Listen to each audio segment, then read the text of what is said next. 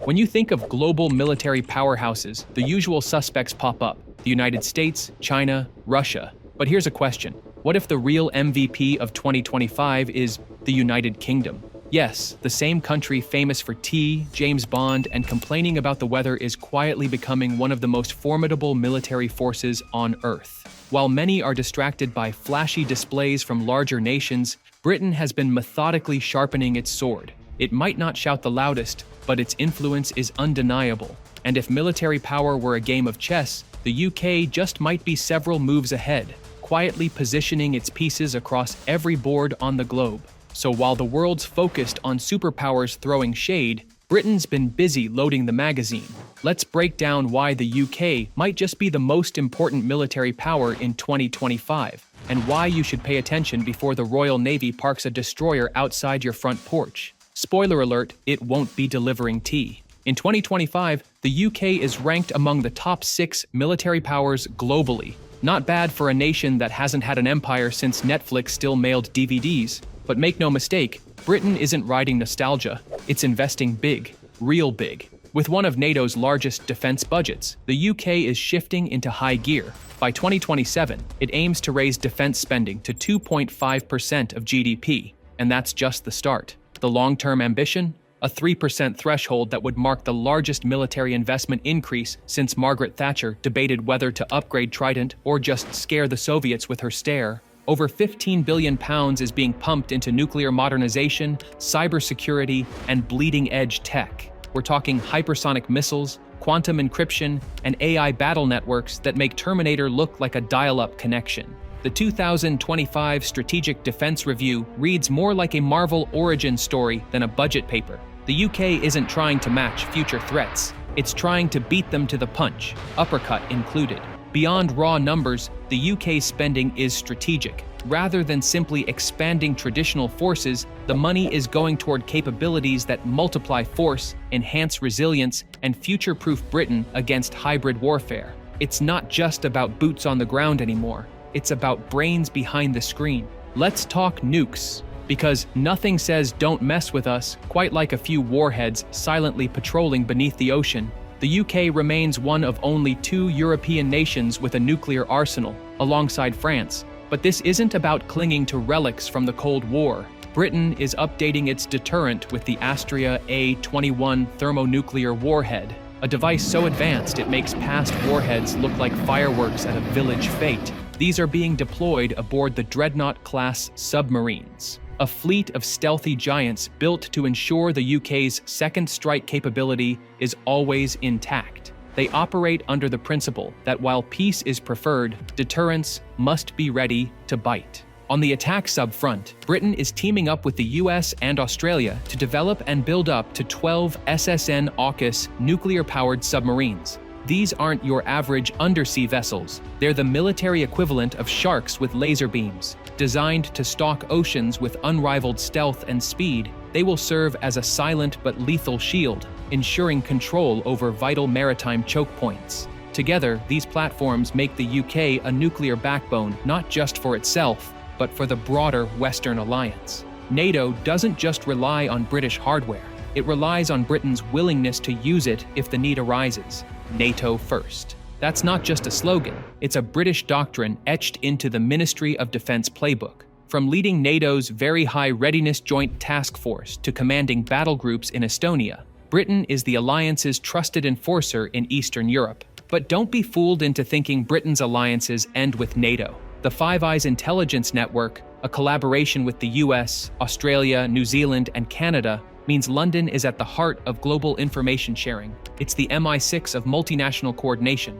Strong defense and trade relationships with Gulf states, Japan, and the Commonwealth countries further solidify the UK's role as a global connector. While others talk about strategic depth, Britain just flies there, signs a deal, and leaves behind a couple of typhoons. Post-Brexit, many predicted the UK's influence would wane.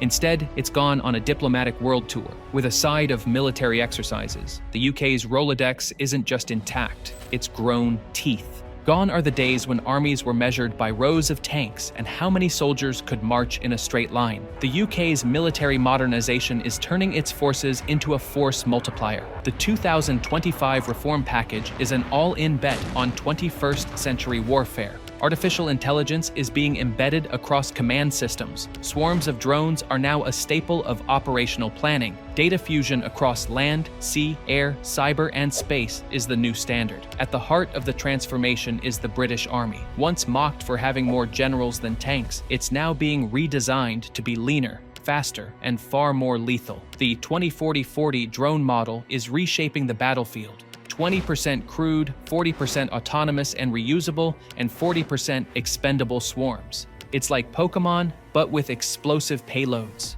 Always-on munitions and rapid launch strike systems are being deployed to reduce reaction time from hours to minutes. Integrated missile defense systems are being deployed with NATO partners to create a European Iron Dome. And let's not forget space. The UK Space Command isn't just a vanity project. It's part of Britain's plan to monitor threats, coordinate missile defense, and, if needed, bring the fight above the clouds. Yes, Britain is literally aiming for the stars. If the British Army is the brains and the Navy is the backbone, the Royal Air Force is the rapid strike hammer. The RAF is expanding its fleet of fifth-generation F-35s, operating both the A and B variants. That dual capability offers something few nations have: flexible nuclear strike and carrier-based projection rolled into one. These jets don't just fly, they dominate. But it's not all about now. The Global Combat Air Program, developed in partnership with Japan and Italy, aims to field a sixth-generation fighter by the mid-2030s. These stealthy marvels will operate in sync with unmanned wingmen, leveraging AI to overwhelm enemies long before radar even picks them up. This project isn't just military development, it's a technological moonshot. Sensors, engines, networking, and electronic warfare systems will all be state-of-the-art. Think F-35 meets Iron Man with a British accent. And with forward bases in Cyprus, the Falklands, Oman, and Brunei, the RAF can reach anywhere it needs to, fast. If air power is the future of deterrence, then the UK is building the future now. We live in an era where battles can begin with a mouse click. And here, the UK is a silent superpower. Ranked as a top global cyber actor, the UK has capabilities ranging from shutting down hostile networks to preemptively neutralizing threats through cyber strikes. It's not just about defense. The UK can and will go on the offensive when needed. The National Cyber Force, a blend of military and intelligence experts, operates with a mandate that's more mission impossible than IT support. In an age of hybrid warfare, this unit is arguably just as important as any armored battalion. Then there's soft power. British culture, media, and global institutions extend influence in ways tanks never could. Whether it's Shakespeare, Premier League football, or the BBC, the UK's brand carries clout. It turns military partnerships into alliances of values, not just convenience. So, when the UK deploys forces abroad, it often does so with a halo of legitimacy. Military hard power, cyber capabilities, and soft power form a trident of influence few can match. For all the high-tech systems, long-range missiles, and cybernetic dreams, there's one advantage that no AI can replicate: experience. The UK has it in spades. British troops haven't been stuck in barracks polishing boots. They've been out in the field, under fire, under pressure, and delivering results. That gritty, boots-on-the-ground operational maturity can't be bought, borrowed, or faked. It's earned, campaign by campaign, decade after decade, from the scorching deserts of the Gulf War to peacekeeping in Bosnia and Kosovo, from urban warfare in Iraq to mountain ambushes in Afghanistan, and from surgical strikes in Libya to training and equipping forces in Ukraine. The UK has maintained a consistent, hands-on role in global military operations. They've fought wars with allies and gone it alone when necessary. That operational diversity makes them more than capable. It makes them seasoned. And unlike some nations who fight a war once every generation, the UK's military learns, adapts, and evolves from each deployment. And while some militaries tout firepower on paper, the UK has tested it under real conditions. Doctrine isn't drawn up in a lab. It's drawn from the blood, sweat, and mud of battlefields. This means British officers don't just write strategy, they live it. Their logistical skills, coalition coordination, and rapid deployment capabilities are built on decades of trial and error, not PowerPoint slides. That hard-earned battlefield intelligence gets baked into every next operation. NATO understands this. That's why the UK is often handed leadership roles in joint missions, from commanding rapid response task forces to running training programs for partner nations. British personnel are the glue holding multinational operations together. Their command presence isn't a courtesy title, it's a necessity. It's what makes coalition partners breathe easier when British flags are flying next to theirs. The war in Ukraine proves this. While many nations were calculating risk, the UK acted. It was one of the first to supply lethal aid, including NLAWs, long-range artillery, and advanced air defense systems.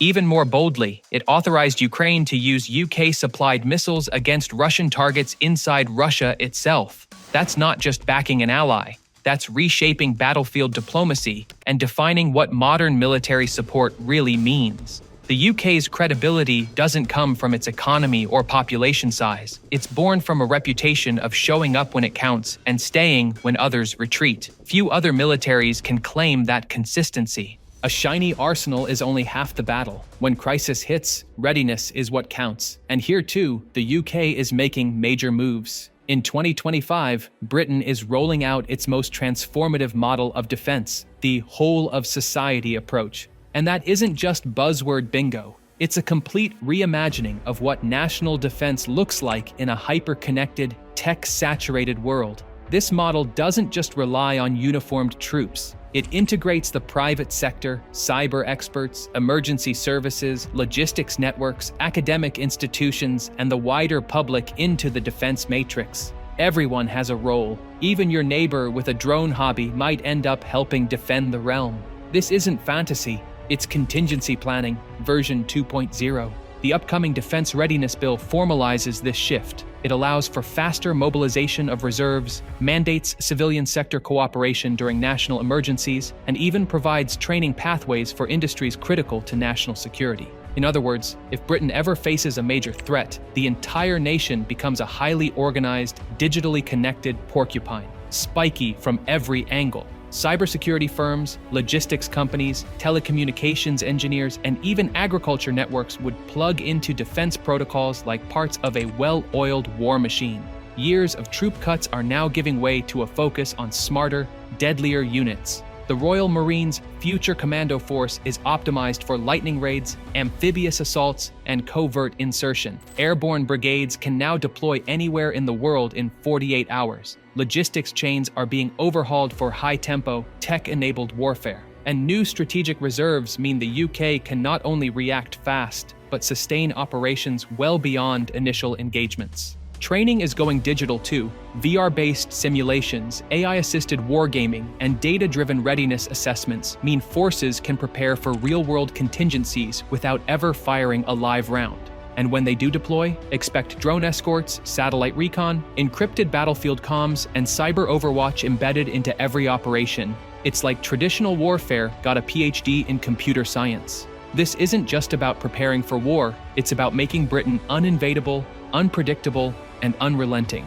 Resilience isn't a last resort, it's the first line of defense, and in the UK, it's becoming a national habit. Military power isn't just about who has the most toys, it's about where those toys are parked. And in the UK's case, the map is full of red pins. From the South Atlantic to the Middle East to Southeast Asia, British forces maintain a global footprint that most countries twice its size can only dream of. Permanent deployments in Cyprus, Bahrain, Brunei, Kenya, Gibraltar, and the Falklands serve as regional hubs for operations, logistics, and deterrence. These are not colonial holdovers. They're chess pieces in a grand strategy of global influence and quick reaction capability. In Europe, the UK maintains forward-deployed forces in Estonia and Poland as part of NATO's enhanced forward presence. These aren't just symbolic troops. They're fully equipped, combat-ready units positioned to respond instantly to aggression.